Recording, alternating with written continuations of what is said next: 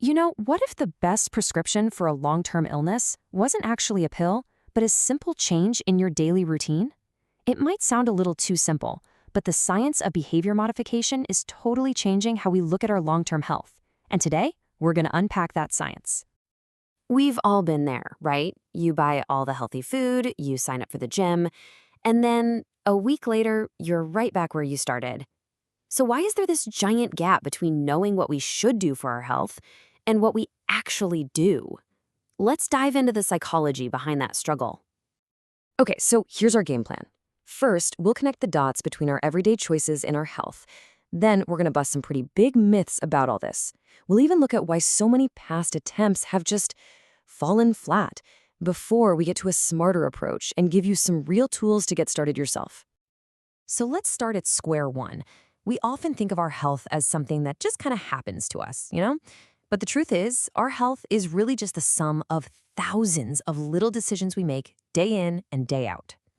I mean, think about it. The biggest health issues a lot of us face, things like heart disease or diabetes, they aren't just random. They're often the result of our habits over a long, long time. And that's a huge deal, because it means we can shift from just treating symptoms to getting at the real root causes. So what in the world is behavior modification? Yeah, it sounds a little robotic, I know. But really, at its core, it's just a science-backed toolkit for making changes. It uses what we know about how people learn to help us understand our habits and actually improve them. Now, this whole idea definitely comes with some baggage. So before we get into what behavior modification is, let's get super clear on what it isn't. It's time to bust some myths. When you hear about using rewards to help people build healthy habits, the first thing that probably pops into your head is, well, bribery. But that's myth number one. See, there's a huge difference. A bribe is when you get someone to do something they shouldn't. Reinforcement, on the other hand, is about encouraging a positive behavior that's actually good for that person. It's the difference between paying someone to skip work versus rewarding them for sticking with their workout plan. Totally different things. And that word modification, it can sound pretty intense, right? For some people, it brings up these scary images of really extreme medical stuff. And yeah, that is a complete myth. Behavior modification is all about learning our habits and our environment. It has absolutely nothing to do with invasive medical procedures. It's all about our thoughts and our actions. Full stop. Okay, and the last big one. There's this idea that, sure, maybe this works for quitting a small bad habit, but it can't possibly tackle something as huge and complex as a chronic disease. And that's our third and final myth for today. The truth is, these principles are incredibly flexible. They're absolutely powerful enough to be used for the really complex, interconnected habits that play a big role in chronic illnesses. So if these techniques are so great, why have so many health programs failed in the past?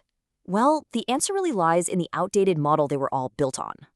Seriously, we have poured billions of dollars into programs to help people change their behavior, but the results have been pretty disappointing, honestly. The problem wasn't that people weren't trying.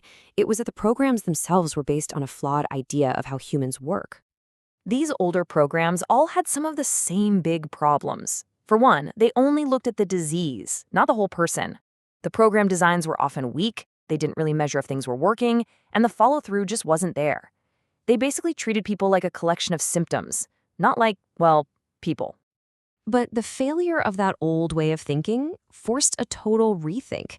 And that led to a much smarter, way more effective, and honestly, a more humane way of looking at health.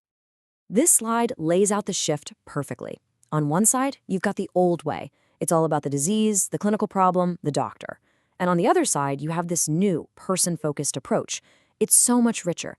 It understands that we're all influenced by our habits, our biases, even our friends. It's about building an entire ecosystem of support, not just writing another prescription. This whole new way of thinking is built on three big ideas. First, something called behavioral segmentation. Instead of lumping all people with, say, diabetes together, you group them by what actually motivates them. Second, person-focused pathways. This means we look at the whole person. If someone has heart disease, we don't just talk about meds, we also look at their stress and their diet. And third, behavior-based incentives. This is about designing rewards that actually tap into our psychology. Things like social recognition can be way more powerful than just cash. Okay, so we've talked a lot about the why. Now let's get into the how. How can you take all these big ideas and build your own personal toolkit for change? And let's be real for a second. Making these kinds of changes is hard. It's not just physical, it's mentally and emotionally demanding. You're basically building a whole new lifestyle for yourself, and that can feel like a lot. This quote right here really nails a key point. There is no one-size-fits-all answer. Your path is going to be completely unique to you. The way you think about things, how you interpret a setback or a success, that inner conversation is what's really going to shape your ability to change. So here are a few simple but powerful techniques you can actually use. Agenda setting is all about focusing your energy where it matters most. Self-monitoring, like keeping a food or activity journal, just gives you the facts so you can see your own patterns. Experimentation means you can try new things without the pressure of being perfect. And finally, learning to reframe distressing thoughts can break that cycle where your mind gets in the way of your body's health. I know it can all feel like a mountain to climb, but really, it all just boils down to starting with one small thing. So I'm going to leave you with this question. Don't worry about trying to change your entire life overnight. Just think about this. What is the one small habit you could start to redesign right now, today?